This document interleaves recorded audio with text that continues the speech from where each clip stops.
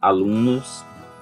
Estamos agora na nossa segunda aula da doutrina Eclesiologia, que é a doutrina da Igreja. Nós já fizemos essa breve introdução geral, conceitual, teórica e histórica de como a igreja surgiu e o panorama dessa igreja nesses praticamente 21 séculos de existência da igreja na face da terra, igreja fundada pelo Senhor Jesus. Agora vamos entrar diretamente na doutrina em alguns tópicos que iremos estudar para ampliarmos o conhecimento acerca dessa doutrina, a doutrina da igreja. Também é muito importante, né, na nossa formação, precisamos entender como é que funciona a igreja do Senhor Jesus, porque é nela que nós adoramos, é nela que nós louvamos ao Senhor, é nela que nós ampliamos o reino de Deus na terra, porque a igreja é um instrumento que Deus usa para a proclamação do Evangelho e para que as pessoas se aproximem de Deus, tenham suas vidas transformadas e cresçam no conhecimento de Deus e da sua eterna palavra. Então vamos falar um pouco da doutrina da igreja, que é eclesiologia, segundo o Dr. Robert Nichols. Ele diz assim: Jesus projetou claramente a existência de uma sociedade de seus seguidores que daria aos homens seu evangelho e ministraria à humanidade no seu espírito, e que trabalharia pelo aumento do reino de Deus, como ele fez. Ele não modelou nenhuma organização e nenhum plano de governo para essa sociedade. Ele fez algo mais grandioso para lhe dar organização. Ele lhe concedeu vida. Jesus formou essa sociedade de seus seguidores, chamando-os a unirem-se a ele, comunicando-lhes durante o tempo em que esteve no mundo, tanto quanto fosse possível, de sua própria vida, de seu espírito, de seu propósito. Ele prometeu continuar até o fim do mundo, concedendo sua vida à sua sociedade, à sua igreja. Podemos dizer que seu dom, a igreja, foi ele mesmo. Então, o próprio Senhor Jesus se denominou ser o cabeça da igreja, aquele que estaria conosco. Ele disse: assim como tivereis reunidos 2 ou mais em meu nome, ali estarei entre vocês. Então, a existência da igreja na terra é o fiel cumprimento de tudo aquilo que Jesus deixou para nós, essa expectativa de vivermos em comunhão com Ele, em amor, em tolerância, em amizade, fazendo com que o reino de Deus fosse uma luz neste mundo. Eu fico assim pensando, às vezes, comento isso com meus alunos nas salas de aula, como seria essa sociedade no mundo inteiro, principalmente aquelas sociedades cristãs, aquelas civilizações que herdaram essa cultura e esses ensinamentos judaico-cristãos contidos na Bíblia Sagrada, ensinamentos do Antigo Testamento e do Novo Testamento. Como são e seriam essas sociedades sem a presença da igreja na terra? Imagine o bairro da sua cidade, imagine onde você mora, imagine onde você se relaciona. Como seria a sociedade sem a igreja, sem a luz do Evangelho? Como seriam as pessoas? Com certeza seriam pessoas completamente malignas, cujo mal, a ambição, o egoísmo prevalecesse sobre qualquer outro sentimento. A única organização fisicamente que percebemos que tem o amor de Deus dentro da sua essência é a comunidade da igreja. Então essa comunidade, essa igreja, ela tem uma natureza, ela tem uma forma de ser, ela tem uma estrutura de ser, ela tem uma arquitetura, uma estrutura do que ela é. Então, qual é essa natureza da igreja?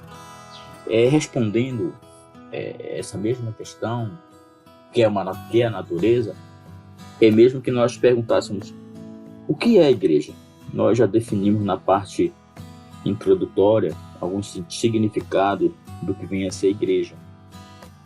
A questão pode ser solucionada considerando, primeiro, as palavras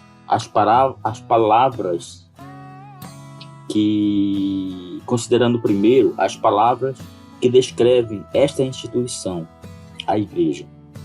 Segundo, as palavras que descrevem os cristãos, que são os membros dessa igreja. E terceiro, as ilustrações que descrevem a igreja. Essas proposições que nós acabamos de ler, as três, palavras que descrevem a instituição, os membros, e que descrevem a própria igreja, todas estão retiradas da Bíblia. Estão retiradas da palavra de Deus, fundamentalmente do Novo Testamento. As palavras que descrevem a igreja. A palavra grega do Novo Testamento que descreve a igreja, já vimos na introdução, é eclesia, que significa, na sua essência, chamados para fora. Então, igrejas, literalmente, a palavra designa uma assembleia de chamados para fora, para serem sacerdotes exclusivos de Deus. O termo também aplica-se a todo corpo cristão em uma cidade. Eu vou citar alguns versículos aqui, como, por exemplo, Atos dos Apóstolos. Lembrando que Atos dos Apóstolos é o livro do Novo Testamento que descreve, por exemplo, a expansão do cristianismo, né? Ele descreve a fundação, ali em Atos 2, fundação da igreja, com derramamento do Espírito Santo e do poder sobre aqueles homens, e a expansão, o crescimento desse povo chamado cristão em todo o mundo daquela época, toda aquela região do Mediterrâneo, até o final do século I. No final do século I, os estudiosos indicam que existiam aproximadamente 600 mil cristãos em todo o Império Romano, oriundos das pregações dos apóstolos de Jesus, que pregaram e o evangelho foi expandido para toda a região do Mediterrâneo. Um dos maiores pregadores de expansionistas missionários foi o apóstolo Paulo, que fez 3 viagens missionárias por todo esse mundo do Oriente Médio, da Europa, da Ásia. Ele saiu pregando o evangelho e fundando igrejas. O livro de Atos vai descrever esse processo de expansão da igreja. Então, e Atos também, ele é uma ligação entre os evangelhos e as cartas, as epístolas. Quando a gente vai ler, por exemplo, Epístola aos Coríntios, o que significa Epístola aos Coríntios? A gente só vai entender o que significa quando a gente lê o livro de Atos e percebe que Corinto foi uma cidade da Grécia, da região da Acaia, da mesma província de que está a capital Atenas, e Paulo esteve lá, pregou e fundou uma comunidade lá, na cidade de Corinto. Depois que ele sai dessa comunidade, ele tem notícias da situação da igreja, daquela comunidade. Então ele escreve as cartas para orientar aqueles cristãos daquelas igrejas. Por isso a epístola, a carta aos Coríntios. Não é um time de futebol aqui do Brasil, Coríntios, mas sim uma cidade, são pessoas que moravam naquela cidade. Então, às vezes, a igreja eram pessoas cristãos que moravam naquela cidade. Vamos ler Atos 11, 22. Atos dos Apóstolos, capítulo 11, versículo 22. Diz assim a palavra de Deus: E chegou fama destas coisas aos ouvidos da igreja que estava em Jerusalém, e enviaram Barnabé a Antioquia. Aí, no livro de Atos, diz que já havia uma comunidade, uma eclesia, uma assembleia de pessoas que se reuniam em nome de Jesus ali em Jerusalém. Então eles enviaram Barnabé para Antioquia, ou algumas versões Antioquia, da Síria. Depois foi para Antioquia também Paulo, e os dois, Barnabé e Saulo, na época ainda era Saulo, Barnabé e Paulo foram enviados para suas viagens missionárias, para a primeira viagem missionária. Antioquia também tinha uma igreja lá, a igreja de Antioquia, e de lá Paulo saiu para a região, na primeira viagem, para a região da Galácia, e fundou as igrejas da Galácia. A Galácia era uma região ali próximo da igreja da cidade de Tarso, que era a cidade natal de Paulo. Então, depois do retorno da primeira viagem missionária, Paulo escreve a carta aos Gálatas, que era uma carta doutrinária para que fosse lida nas comunidades, nas igrejas que ele havia fundado em várias cidades na região da Acaia. Por exemplo, Derbe, Perge, eram cidades dessa região da Galácia, a qual Panfídia, Antioquia da Panfídia era também uma cidade daquela área da Galácia, e Paulo pediu para que essa carta aos Gálatas fosse lida nas comunidades daquela região para ensinamentos. Ok? Então, assim é a natureza da igreja. Ela se reúne em comunidades. Em Atos, como eu falei para vocês, esse episódio que aconteceu aos Gálatas, aí dessa viagem de Gálatas, eles saíram da base missionária da igreja de Antioquia. Então havia uma igreja em Jerusalém, e em Atos 13, que é nesse momento que eles partem para a obra missionária, é que começa o registro das primeiras igrejas que surgem, né? A igreja de Jerusalém, que seria a igreja mãe, depois a igreja de Antioquia, e eu vou ler Atos 13, assim, até o versículo 5, só para vocês terem uma ideia de como começou a se expandir a igreja pelas comunidades daquela região da Galácia, que ali hoje é a região da Turquia, né? É chamado ali Ásia Menor, ou para alguns é chamado de Eurásia. É uma região que está entre o Oriente Médio e a Europa, Ásia e Europa. Então vou ler o texto de Paulo, aliás, o texto de Lucas, né, que é o autor do livro de Atos, no capítulo 13. Preste atenção na narrativa de Lucas. E na igreja que estava em Antioquia, havia alguns profetas e doutores, a saber, Barnabé e Simeão, chamado Níger, e Lúcio Cirineu e Manaém, que fora criado com Herodes o tetrarca e Saulo. E servindo eles ao Senhor e jejuando, disse o Espírito Santo: apartai-me a Barnabé e a Saulo para a obra a que os tenho chamado. Então, jejuando e orando, e pondo sobre eles as mãos, os despediram. E assim, estes enviados pelo Espírito Santo desceram a Seleucia e dali navegaram para Chipre. Chipre, irmãos, era uma ilha no Mediterrâneo, na área costeira ali da Síria, e era uma ilha muito famosa, hoje é muito famosa para o turismo, a ilha de Chipre, e era a ilha onde era a pátria de Barnabé. Barnabé era natural de Chipre. E de lá, de Chipre, eles navegaram para Salamina, anunciaram a palavra de Deus na sinagoga dos judeus, e tinham também a João como cooperador. Esse João aqui, depois nós vamos perceber mais adiante no livro de Atos, é João Marcos, que também depois escreveu o Evangelho de Marcos. Então, para vocês entenderem, esse é um embrião da expansão da igreja. Os primeiros atos que levaram a igreja a se expandir por toda aquela região, por toda aquela área ali de pregação.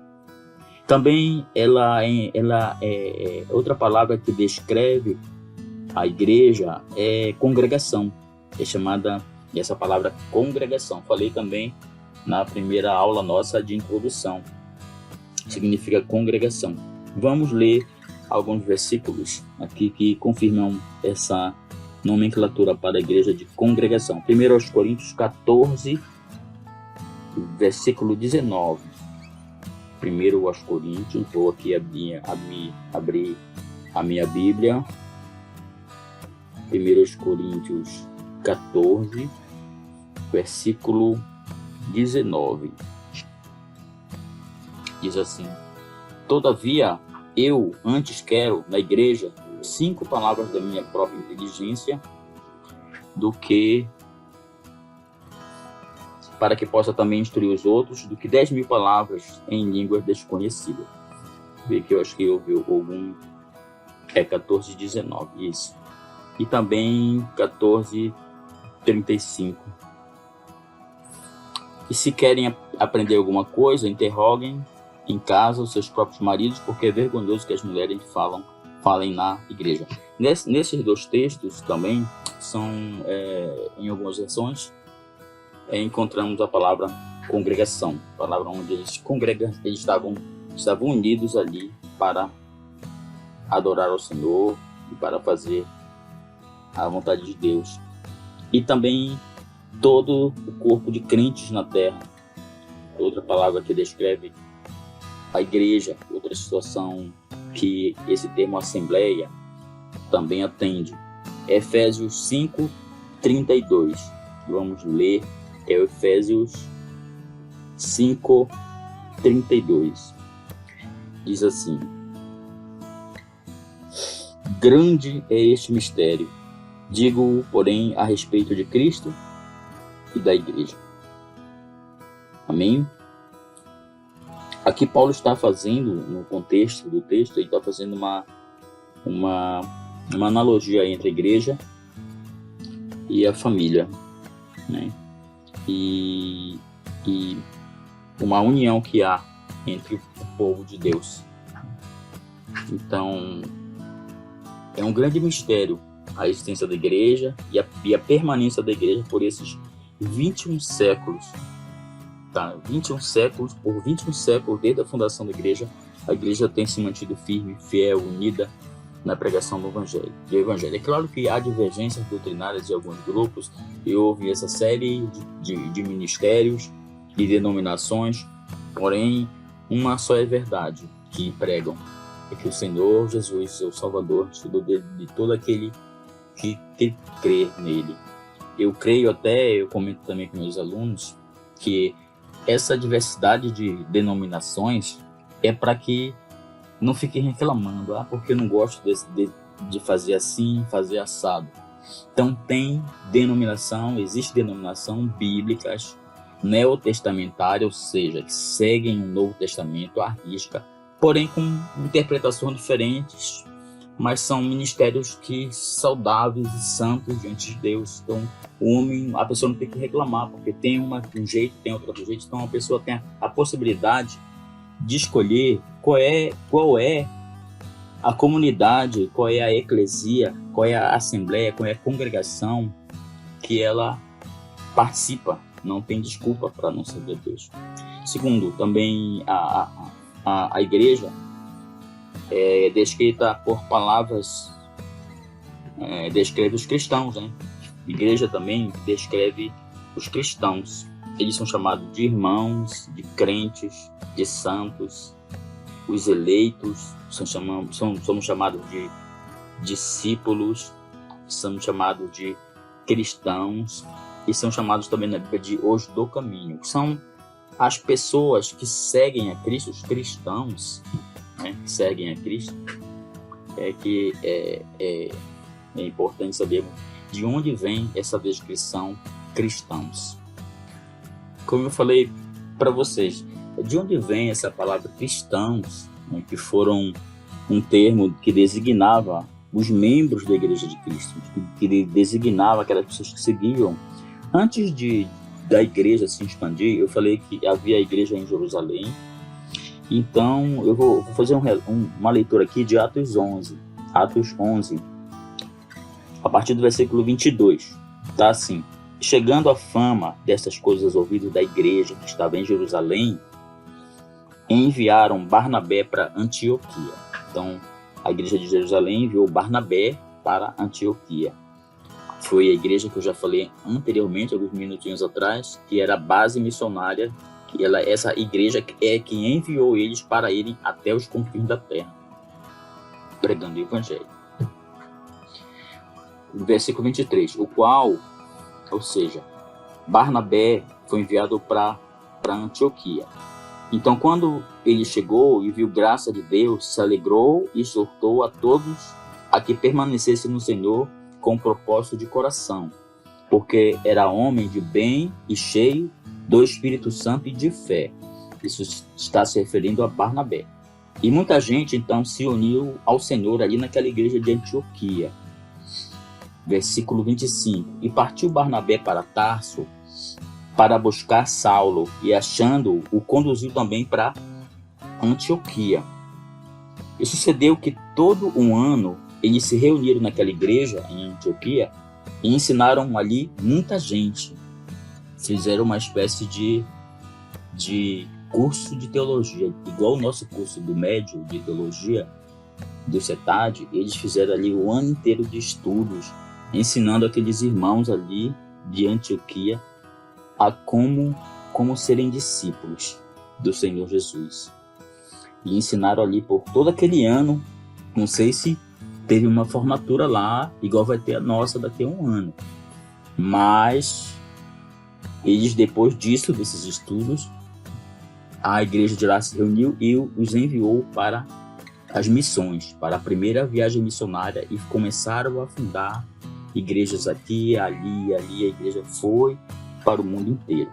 Eu vou continuar aqui para chegar onde eu quero chegar, que é por que são chamados de cristãos.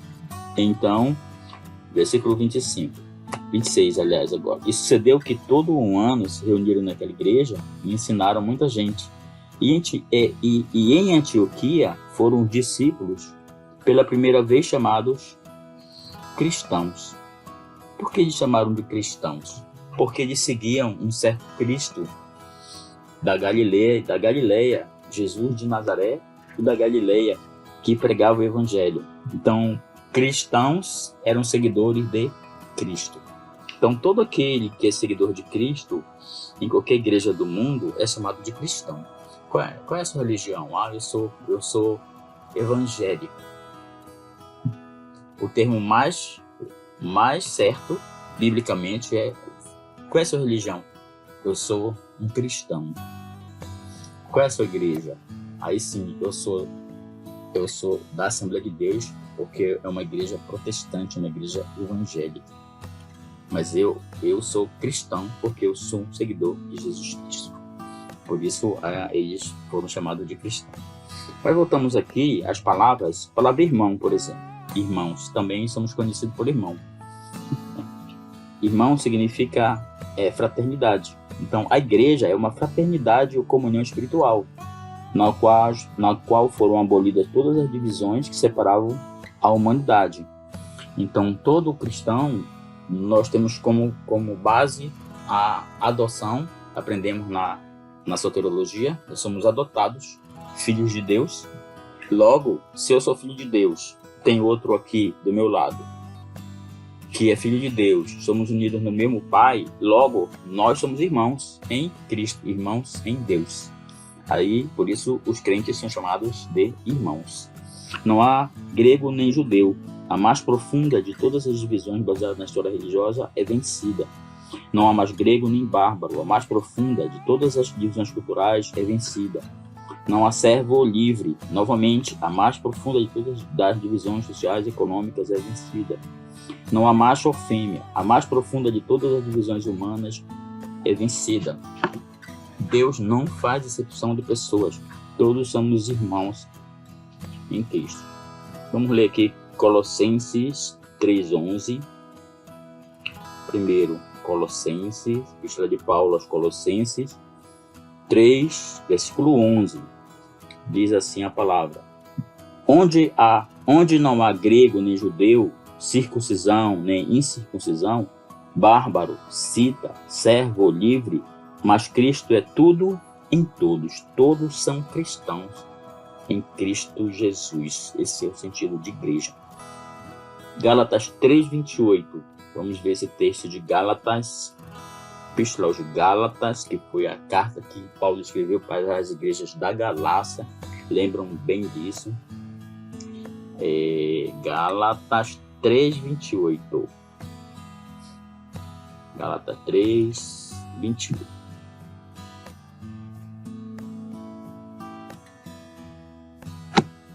Então vamos à leitura. Gálatas 3:28 diz assim: nisto não há judeu nem grego, não há servo nem livre, não há macho nem fêmea, porque todos vós sois um só em Cristo Jesus. Ok? Então, outro sentido também, que são chamados os cristãos, são chamados de crentes, né? De crentes. Os irmãos são chamados crentes porque essa doutrina tem como característica principal a fé no Senhor Jesus. Somos também chamados de santos. São chamados santos, que literalmente significa separados, consagrados, piedosos, porque estão separados do mundo e dedicados a Deus. Por isso somos chamados santos. Somos chamados também de os eleitos. Refere-se às pessoas a nós como eleitos ou escolhidos, porque Deus nos escolheu para um ministério importante e um destino glorioso. Por isso fomos eleitos. A nossa eleição, como nós estudamos em soteriologia, fomos chamados, né? Fomos convocados por Deus para sermos crentes, para sermos eleitos.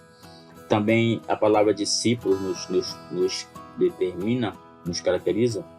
Somos discípulos, que significa alunos, também significa aprendizes, porque estamos sempre em preparação espiritual com instrutores inspirados, porque sempre estamos estudando a palavra e aprendendo do Senhor cada dia mais, porque somos seus discípulos, seus eternos alunos, e Ele fala conosco através da pessoa do seu Espírito Santo a cada dia em nossas vidas.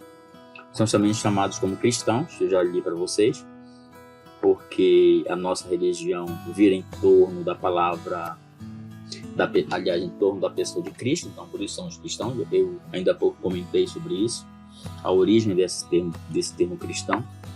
E somos chamados também, na Bíblia chama de os do caminho, aqueles que estão no caminho. Nos dias primitivos, muitas vezes eram conhecidos como os do caminho, porque viviam de acordo com uma maneira especial de viver, aqueles que viviam no caminho, na regra, na fé do Senhor.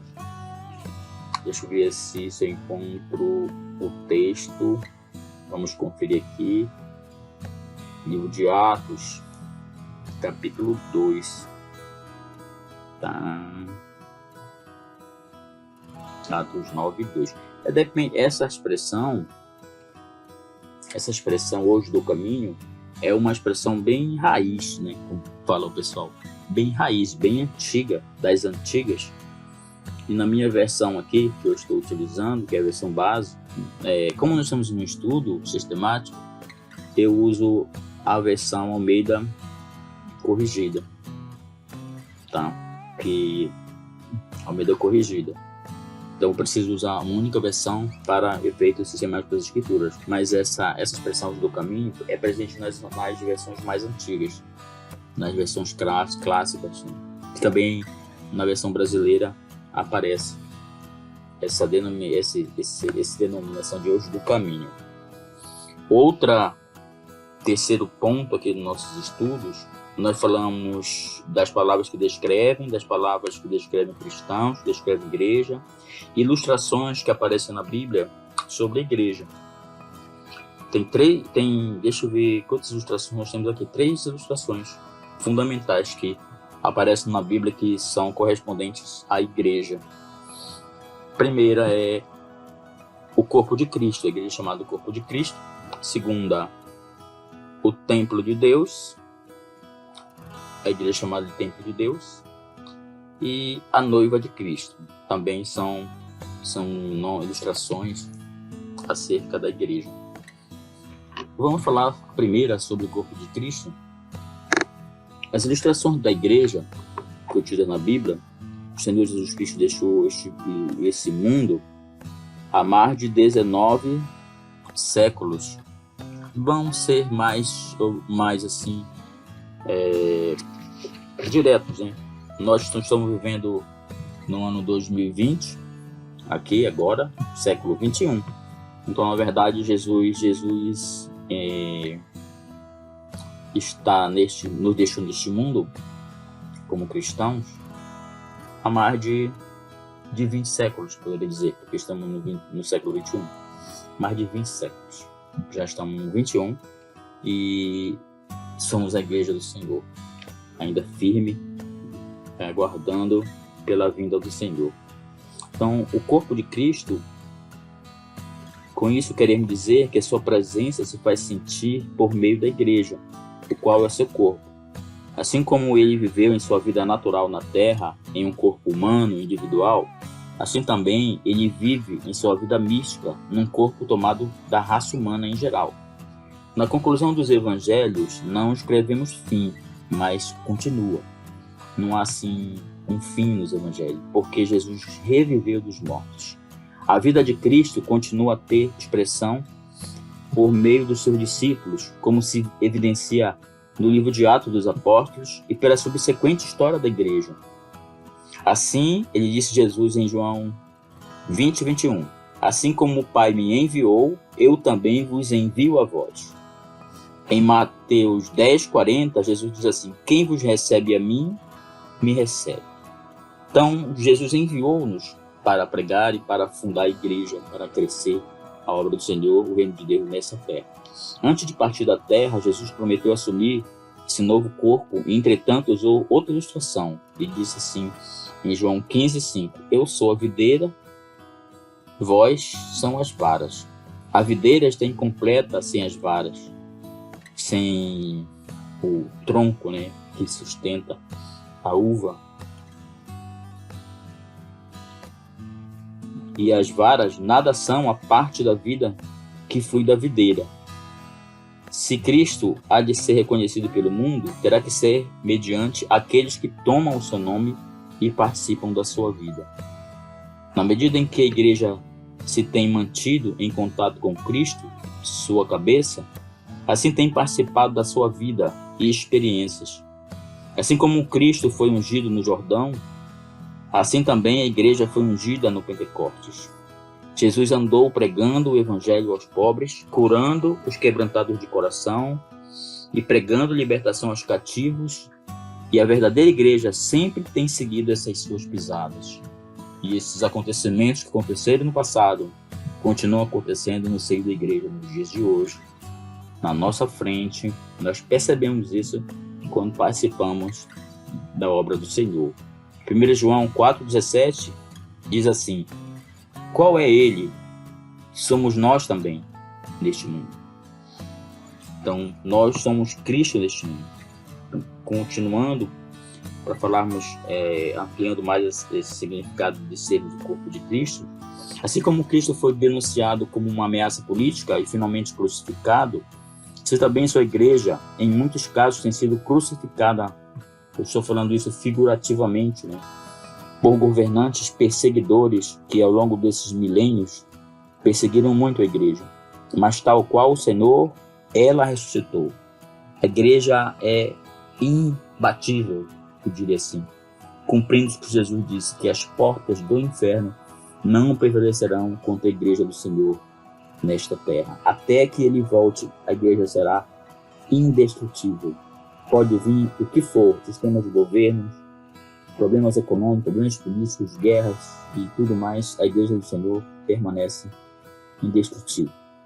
Este pensamento da identificação da igreja com Cristo certamente estava na mente de Paulo quando ele escreveu assim aos Colossenses, em Colossenses 1:24, na minha carne cumpro o resto das aflições de Cristo pelo corpo, pelo seu corpo que é a igreja. O uso dessa ilustração faz-me lembrar que a igreja é um organismo e não meramente uma organização. Uma organização é um grupo de indivíduos voluntariamente associados com um propósito especial, tal como uma organização fraternal ou um sindicato. Um organismo é diferente. Um organismo é qualquer coisa viva que se desenvolve pela vida inerente àquele órgão. Usado figurativamente, significa a soma total das partes entrelaçadas, na qual a relação mútua entre elas implica uma relação de conjunto. Desse modo, um automóvel poderia ser considerado uma organização de certas peças mecânicas. O corpo é um organismo porque é composto de muitos membros e órgãos animados para uma vida comum. O corpo humano é embora seja composto de milhões de células vivas, da mesma maneira como o corpo de Cristo é embora composto de almas nascidas de novo em várias denominações diferentes.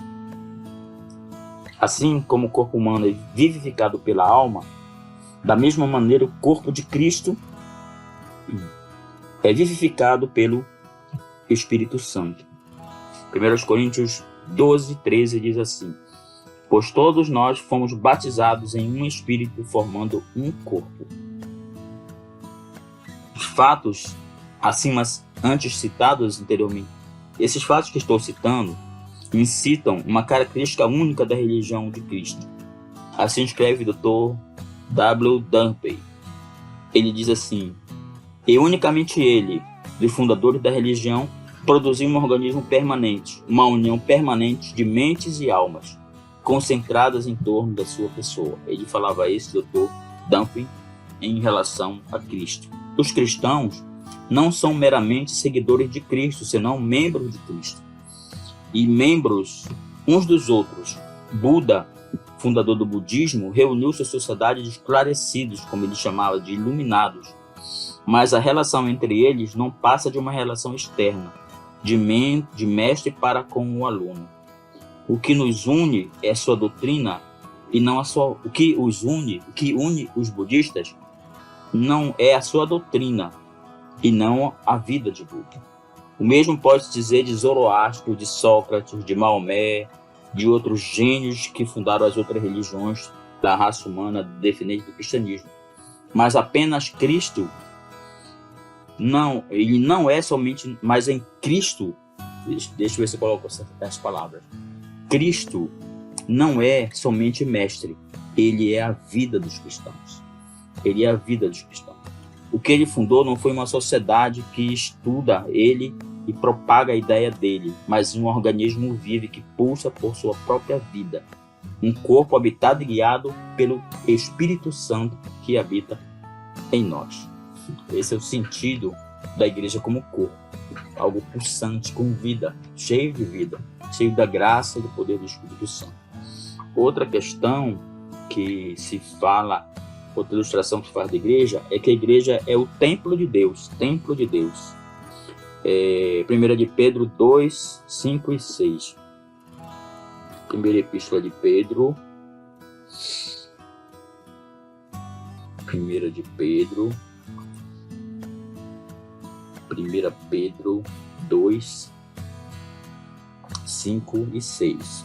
Diz assim: vós também, como pedras vivas, sois edificados, casa espiritual e sacerdócio santo, para oferecer sacrifícios espirituais agradáveis a Deus por Jesus Cristo. Por isso também na Escritura se contém: eis que põe em Sião a tua pedra principal da esquina, eleita e preciosa, e quem nela crê não será confundido. Amém? Então, 2 de Pedro, aliás, 1 Pedro 2, 5, 6. Um templo é um lugar em que Deus habita em todas as partes, se localiza e assim mesmo está em determinado lugar, onde seu povo o possa achar. Está em casa. Por isso a igreja é chamada casa de Deus, casa de oração, casa do Senhor. Nós falamos sempre isso.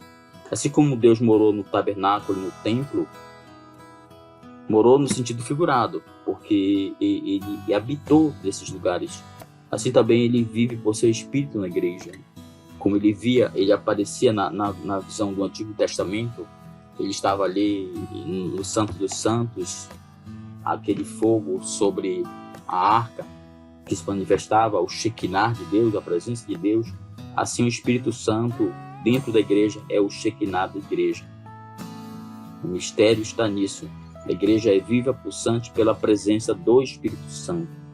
Neste tempo espiritual, os cristãos, como sacerdotes, também oferecem sacrifícios espirituais, louvam, adoram, sacrifícios de oração, de louvor e de boas obras na presença de Deus para a glorificação do seu nome.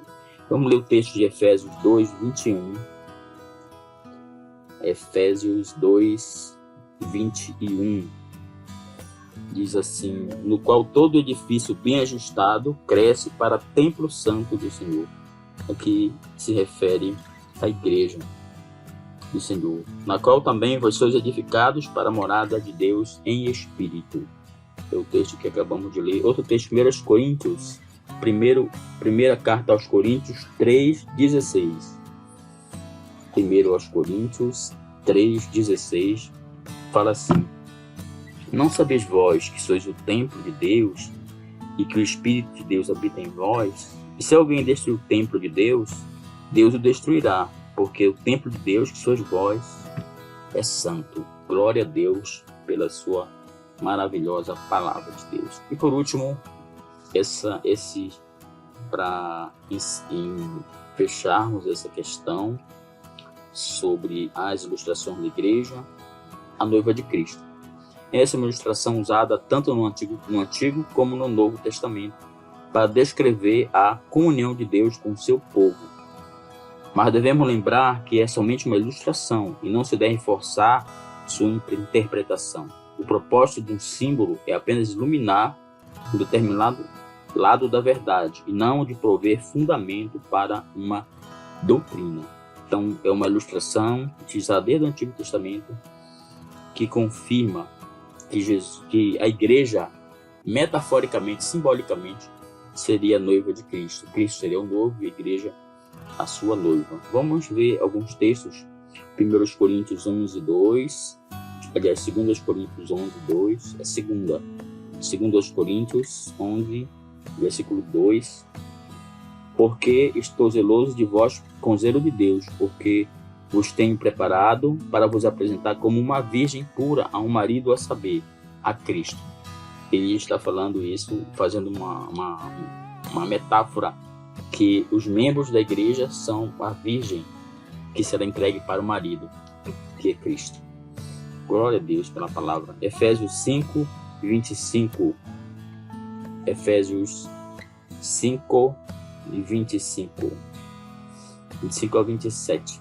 Vós, maridos, amai vossas mulheres, como também Cristo amou a igreja e a si mesmo se entregou por ela, para a santificar, purificando-a com a lavagem da água pela palavra, para apresentar-se a si mesmo igreja gloriosa, sem mácula, nem ruga, nem coisa semelhante, mas santa e irrepreensível, o Senhor Jesus.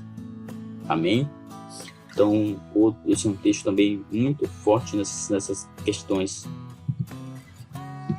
Apocalipse 19, 7. Apocalipse 19,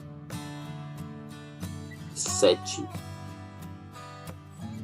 Diz assim a palavra: regozijemos e alegremos, demos glória, porque são bem-vindas as bodas do Cordeiro, e já a sua esposa se aprontou. Então aqui em Apocalipse fala das bodas do Cordeiro, do casamento de Jesus o Cordeiro com a sua noiva, que está sendo aí é a doutrina do arrebatamento, que vamos estudar na doutrina da escatologia. No versículo 21, versículo Apocalipse 21, 2. Apocalipse 21, 2. 21:2 de Apocalipse, fala assim: E eu, João, vi a santa cidade, a nova Jerusalém, que de Deus descia do céu, adereçada como uma esposa ataviada para o seu marido. É também uma figura dessa relação de Jesus com a sua igreja. Ok? Então, esse era o assunto que nós falamos sobre a natureza de Cristo, aliás, desculpe, a natureza da igreja.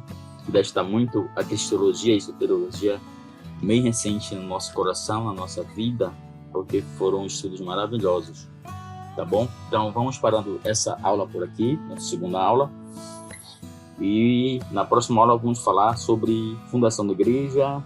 Já falamos um pouquinho lá na introdução, vamos reforçar e falar sobre os membros, obra da igreja e etc, nos próprios. Não percam as cenas dos próximos capítulos. É muita bênção, muito estudo, muito aprendizado, muita novidade que estamos aprendendo nesse curso.